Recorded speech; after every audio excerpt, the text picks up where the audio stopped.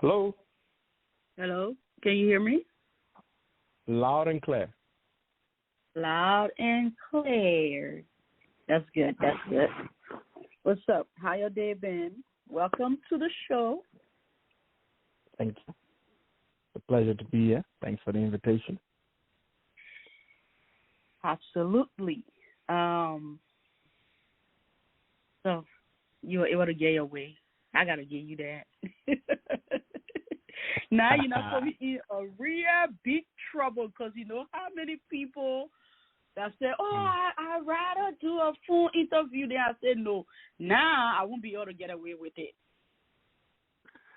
Sorry, but everybody in Galicia love it. You know why?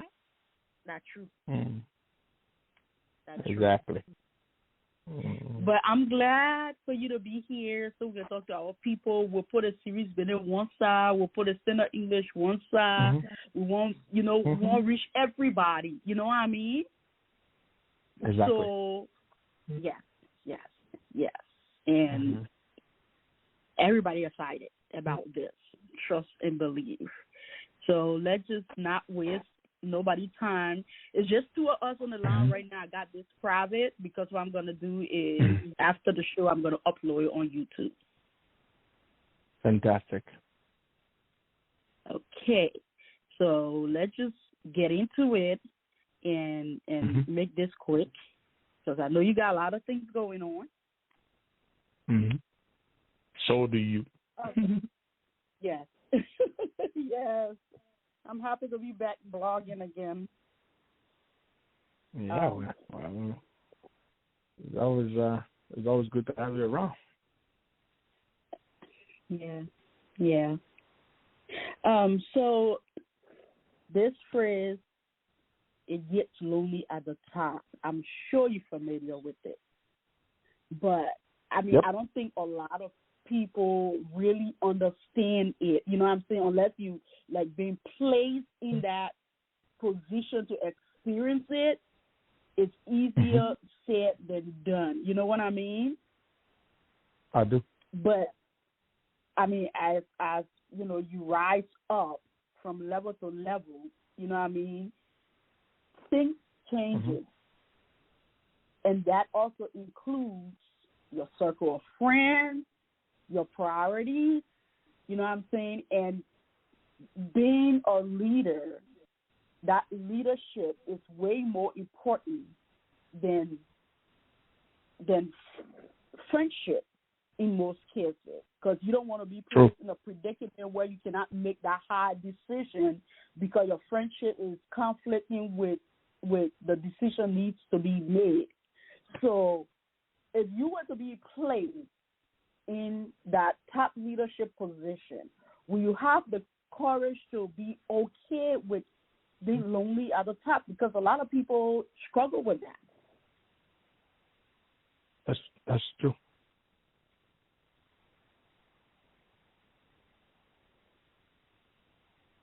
Hello? Yeah, hello. So would you have the courage to choose being lonely, you know what I mean, your leadership, or, you know what I mean, can you handle that? Yes, to answer your question, it's true, as they say, it's lonely at the top.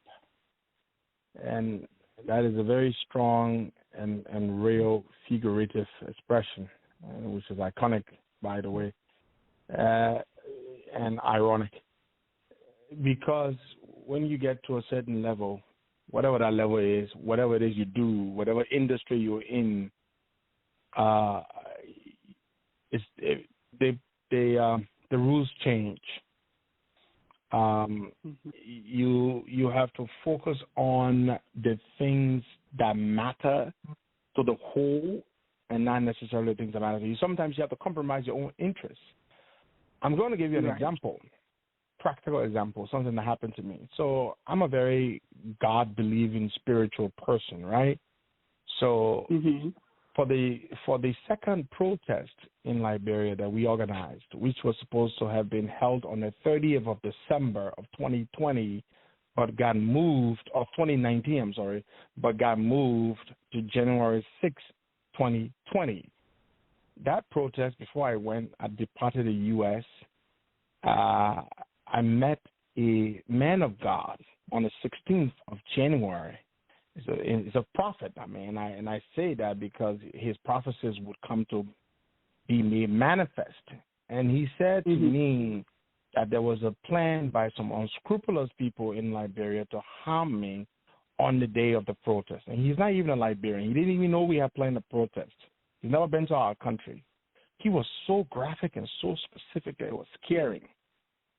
My sister was with me that day when I went to see the prophet, and she started crying, "Oh, don't go to Liberia, you will get harmed." And but yeah, I was, as a leader, the people looking to receive me, to lead this effort that I, as a leader, had called. And I had to choose between my personal safety and letting the people down. So if I didn't go, the people would have been let down badly. But I had to risk that. And that is the answer to your question. So sometimes you have to make very difficult decisions when you are at the top. And guess what? Right. At the end of the day, it's all on you. If something good happens for the organization or for the institution, you take the credit. If something bad happens, if it was not done by you, you also take the fault. So it's very lonely at the top. Do you have a more personal, intimate example that you had to where you go ahead. Yeah, we all do. For example, I'm a young person, and so young people, we do all kinds of activities and publish them on social media, right? Right. But I have to be cognizant of the things I post on social media. I'm going to give an example. So one day, I posted a certain picture. And, I was kind of like mostly there was I bare out a little more than usual. My top, I was wearing this top, I think, sleeveless or something. And I was trying to be cool, sexy cool in that way. And I remember a gentleman that I'm very close with called me, and he was one of the progressives back in the day. And he said, Costa, we're way older than you, but we look up to you now. You've become a leader, and sometimes the things you even post, the things you wear, you got to be very conscious of all of these things. So a more intimate example would be I can't post certain pictures, or I can't post picture of me maybe sometimes, like drinking what I drinks around or something. It's just stuff. And some people have a problem with that. So you have to be cognizant of all of that. Let me rephrase the question a little bit more. So, I mean, I get the examples, but what I'm really looking for, because when they say lonely at the top, it's not necessarily, that's part of it. You got to make certain sacrifices for the overall good. But the main one that I'm more interested in, which I see is, in Liberian organizations or even in government, people are afraid to step on their friends' toes for the overall good, because that person is their friend, that person is closer to them, or that person has made certain sacrifices for them throughout, and they don't want to tarnish that a relationship they built over the years. So they'd rather save that friendship than and put their integrity in jeopardy than having to want to be lonely at the top without friends and letting down friends and letting them go. You understand where I'm going with this? Yep, I understand. I interestingly, I've earned a reputation for being somebody who does not have permanent friends but permanent interests when my leadership style. True. You could be a friend of mine, one of my strongest loyal supporters. If you cross the line, I'm done. I will expose you. Let me give an example. There's a lady called Boyino Wia. She used to be one of my ardent supporters. She was a member of the COP. She was the head of the women's wing of the COP. She received some money from one of our supporters here in the U.S. Doma wanted to empower her to start a business, over $4,000 US. She converted the woman's money to her personal use and began threatening the woman. And it was terrible. That's theft. And there were some people in the organization who didn't want me to expose her. They wanted to talk in hush, hush. And I said, no, these are the things we preach against. I will not condone it in this organization. I exposed Paulina Weah. She said she was going to pay the money back, but that's not the point. The point is she stole from a woman who was trying to empower her through business. And so when it comes to that, and some people were shocked that Costa would do this. But a lot of people were very, very impressed that I did that because they all knew how close, those who followed the Costa show knew how close this woman was, to me as one of my supporters. But that's who I am. Mm-hmm. I would never let friendship come in between the principles and the values that I stand for. That's what I do. Good answer. Okay, now let's go to your experience when you ran. What was it? 3 years ago? Yeah. Correct me if I'm actually wrong. 20. Yeah, it was 20. Okay. 2017 when I ran for representative. Yes. Okay. Well, I know, like, a lot of the time, what happens behind the scenes when people on a journey to accomplish goals in life is not really displayed. A lot of the time people see the end result but don't understand what the process was like. You know what I mean? What are some of your high and lows experiences you had during that time running as a representative? Just get a couple of them, You mean some of the things that I had to do behind the scenes, or what exactly was your question again? The high and lows, those moments when Oh yeah, definitely. Those moments when you were like, oh my God, I'm about to let this go and quit. Yeah, there certainly were those moments. There were low ebb moments and there were high ebb moments. First of all, it was a big, colossal mistake I made to run, especially in a particular district. And the benefit of hindsight now tells me that. And the reasons are simple.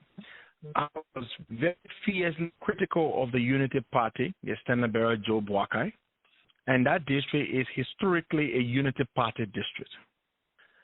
And the Unity Party was supporting a guy there called Samuel Enders, who is today the representative of that district.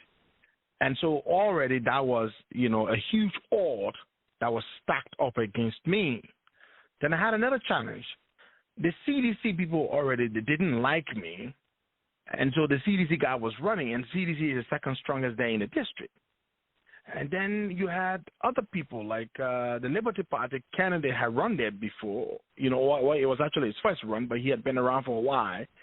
So the odds were against me, and I made a very reckless, I didn't calculate I think it was a rash political move I made based on people urging me to do it at the 11th hour. So I think the lowest point for me was losing in a representative race because here I am, the whole country knows me. I'm Henry Costa. I'm sort of be this most powerful voice in the country. And I participated in an election in the district against a guy who was not known nationally, and it was humiliating. It was most humiliating. But I picked myself up and I realized that I shouldn't have run. I made a bad decision to run in the first place. And I accepted that. And many people thought that was the end of me. The fact that Henry Costa loses an election, a representative election, is the end of him. But, God said otherwise. Look at where I am today. I think, looking at it, my dear, had I won that representative seat, I would have just become another representative, one of 73 representatives. But and with that, I might have lost my voice. I might have lost the power, the influence, the clout, the gravitas that I have today. But because I didn't win that election, I became focused on my advocacy work, which has catapulted me to a far higher level than an average representative in the country. So I'm glad I didn't win. I know that may sound strange to some people, but sometimes God doesn't want certain things for you at a certain time. Sometimes he has something bigger for you in store, but it is ahead of you. And so sometimes the things we want right away, the things God wants for us. I've come to learn that lesson the hard way. Right. And I am at peace with it. That's good. That kind of sort of answers the next question, but maybe you have another example to give, which is how have you responded, evaluated, and learned from past mistakes? That was a good example, but if you have another one you would like to add to it, that's okay. If not, we can just move on to the next question. Yes. So life is the best teacher. They Absolutely. say, a great man once said, he said, failure is not fatal. Success is not final. But it is the courage to continue that matters. You got to keep fighting. And when you fail, you've learned something because you've learned how to do it better next time. So I've learned from my failures in life, particularly that losing that election, which was humiliating, which sometimes my detractors like to bring up and use against me to try to, throw shades at me. But I've learned that before you do anything in life, when you go for something important, weigh it well, study it well, look at it from all the dimensions, and know that you have a fighting chance. Don't just go in thinking that you are this big stuff and you're going to go there and sweep it away from everybody else. No. Even in the village, the guy in the village, the local village boy, just because you're from the city and you're the big guy in the city does not mean you can beat the local village boy in the village. It is his turf. You can't go there thinking you're all that. And so I've learned that lesson. And sometimes certain things happen with time, and when you're not prepared, it's just not the time to try. Yeah. So I've learned that the hard way. The hard way, right? Which is the best way, by the way. Yeah. Mm-hmm. Okay. Now, let a little bit political. The current state of Liberia right now, the economic and political state of Liberia right now, we all know is not what we would want it to be. Mm-hmm. Based on your evaluation, your observation, based on your knowledge, your interaction, who would you blame for the current state of Liberia right now, and what direction do you see us heading? Will you blame WIA? Will you blame Eddie? Will you go all the way back to 20, 30, 50 years, generations and generations back? Who will you put the blame on right now, if you could? You see, we're a 174-year-old country. Our problems did not begin now. The 133 years of Americo-Liberian or Congo minority rule set the basis for a lot of terrible things that happened and that continue to happen in our country. The culture of impunity, respect for the rule of law, the big shot syndrome, corruption, and you name it. It didn't happen now. The people who had the succeeding governments have only carried on with the legacy, passed on a baton, so to speak. You have not had a real transformative government or leadership to break with the past, with a terrible legacy of corruption, the culture of impunity, also disregard for the rule of law, and all of the vices that have kept the country where it's at. You haven't had that. And that is why at 174, we're still one of the poorest countries on the face of the earth. So until you have such a government in power, until you have people with a political will, with the right heart condition, and by that I mean people who truly care about the people who have a vision, a clear vision to move us out of the abyss of poverty and backwardness and indignity in which we find ourselves, to a place of prosperity and growth and development and respect for the rule of law. Unless you have that, everybody else who comes after will continue.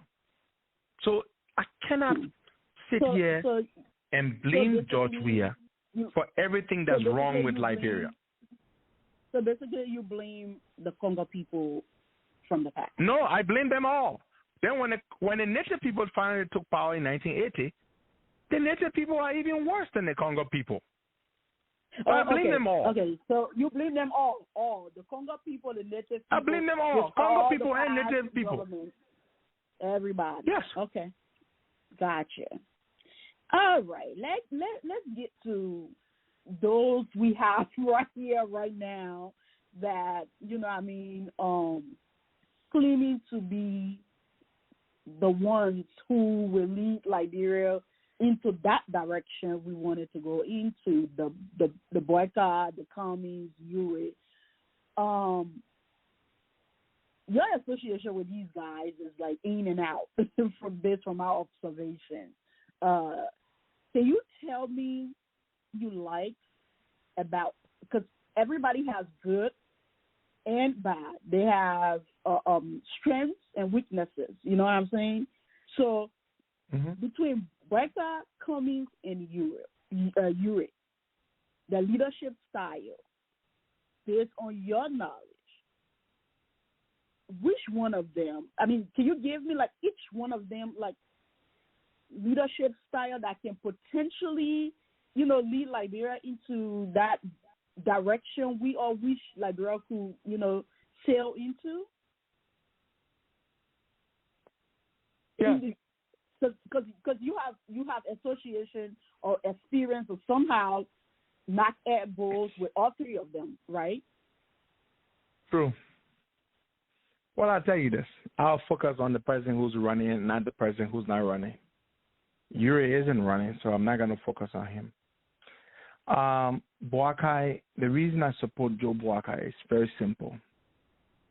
I have come to realize in my 11 years in advocacy, political advocacy for social and economic justice, the fundamental problems that our country face, they hinge on people who are lacking integrity and are obsessed with wealth acquisition.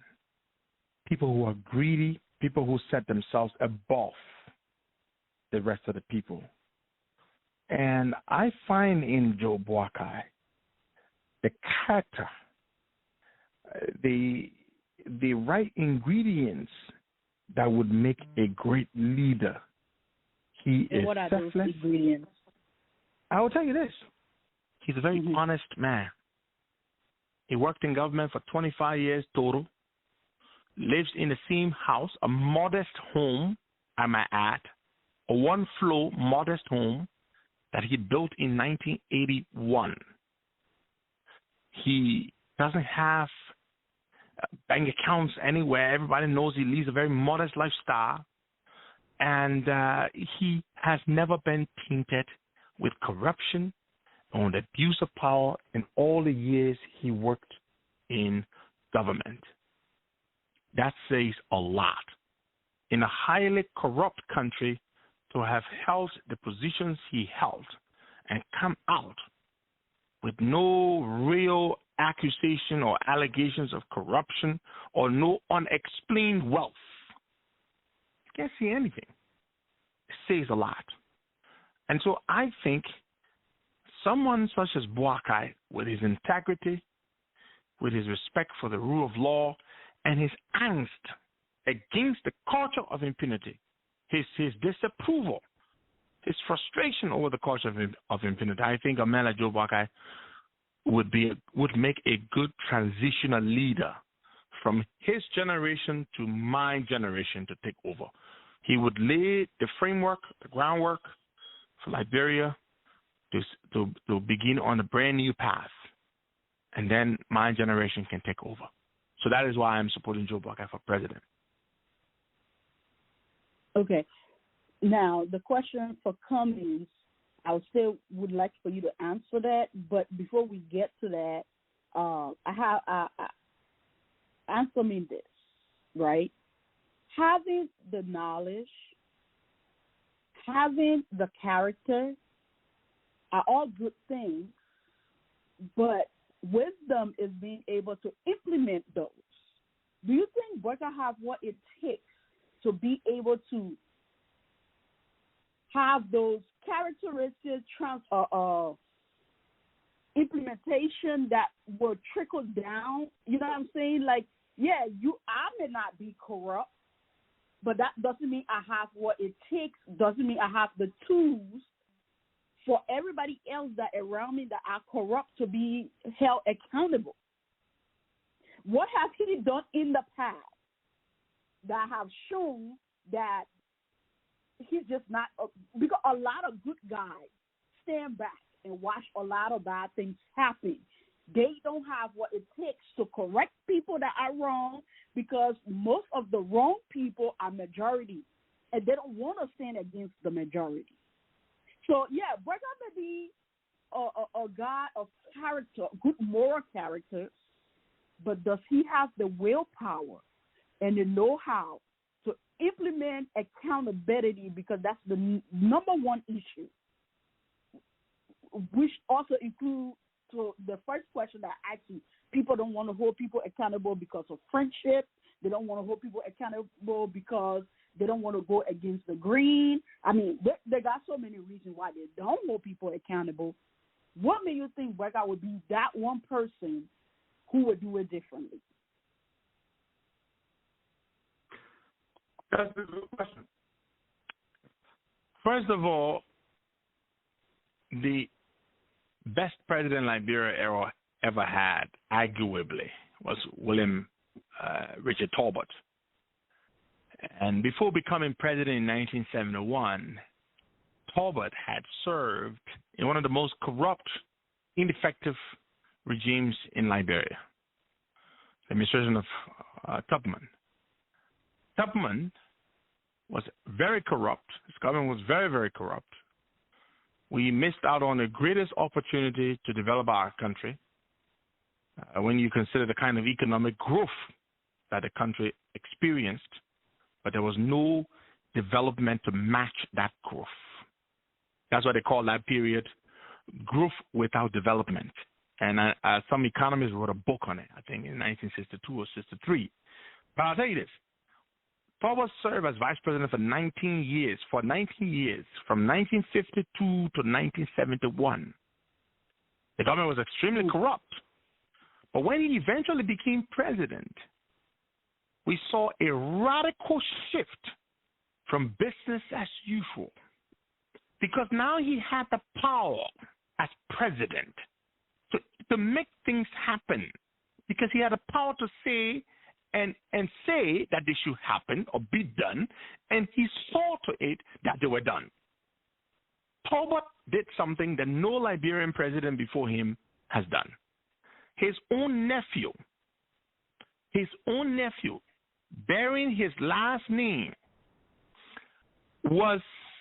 had killed his wife, murdered his wife in cold blood. And Talbot signed the death warrant after his nephew was found guilty, tried and found guilty. Talbot signed the death warrant for his nephew to be executed by hanging. That is something You and I both Yeah, knew. but that was trouble. Let's get back to boycott. Yeah, but no, I'm trying to say this. The moral of the story is sometimes people can be in a bad system, but they can be different until they have the opportunity to shine, and you will see them shine. That was the moral of the story. Right. Yeah, and I got that from it, and we hope that's the case. I'm certain it will be the case. Okay, you're certain it will be the case. All right. Moving on. What do you think? And how? The how, and well, you already answered the how. The mistakes from the Congo people, the native people, just everybody in leadership in past government. But what are could you highlight some of those?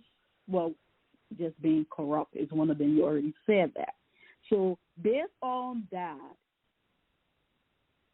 how do you think we can get out of this corrupt system? Because personally, I really don't see much of that happening within lower level government, upper level leadership, regardless what echelon it is. It just seems like it's part of our culture. Because I would see on the lower scale, which I know everybody focus on the top, but people pick up these habits to me from down there before they even get to the top. But even within our family, our friendship, our little organization, we just got a huge problem with accountability, right? Like, just make a simple mistake that tarnish that. It may not be a big deal. We're so quick to brush it off. Oh, why you making a mountain or a mole? Why you blowing this out of proportion? But it's these little things, these little lies, these little not taking responsibility, these little things that eventually mount out to that big corruption that we see up there that is just so hard to break. How do you think we can get out of this system that's been built for so many years? Like, you just give it like a quick little short answer, just because of time. I know it's a loaded question, but if you can just pack it all into like few sentences. The end of the culture of impunity. A president who does not steal, who is not greedy, who is not corrupt, can lead the fight to fix the country. If you are corrupt, you'll be distracted. If you're corrupt, you will not be able to prosecute people who are corrupt. And so that's how you begin. You begin by putting the right person in the mansion. That person will ensure that others across the government conduct themselves in a way that is decent. That's it. That's how you begin. The president cannot be corrupt, and you expect the government to not be corrupt. The president leads the way, my dear. That is my answer to that question. Do you think that? Yeah, that was a simple, direct answer, expected. But and you're right. No argument there. CPP. You know, most of that I just gloss over this whole CPP thing because I really don't understand what direction it's going into, but I'm not even going into all of that because there's so much chaos with it. I don't even understand the full range of it. But in general, is CPP capable of beating CDC come 2023? Very, very. CPP will not win the elections because CPP is working so hard. CPP will win the election because George Weah is campaigning very, very hard for the CPP. By the way, his government is corrupt, by how the mysterious killings in the country, and all the terrible things that we are seeing. The hardship. I'm sure you have family in Liberia, you talk to them, I'm sure they tell you the country has never been this hard peacetime. People are suffering. And those people who are suffering, and that's everyone, they are not going to vote for George Weah. It is as simple as that. Are you sure? Are you so sure that's why about CPP will win. Are And you then sure look at the numbers as well. Look at the numbers. I've been in this thing for long. I can tell you that. I've been in politics, active politics, since 2011. So I tell you this: George Weah's numbers are not good. 2017, George Weah picked up 38% of the votes. Their entire collaboration got 38% of the votes. Now, 38% of the votes. If you add, then he didn't win first round, so he had to go. We had to go to a runoff election, and then it was other Liberians who came on board and supported him. That's what got him across to the winning line, to the finish line.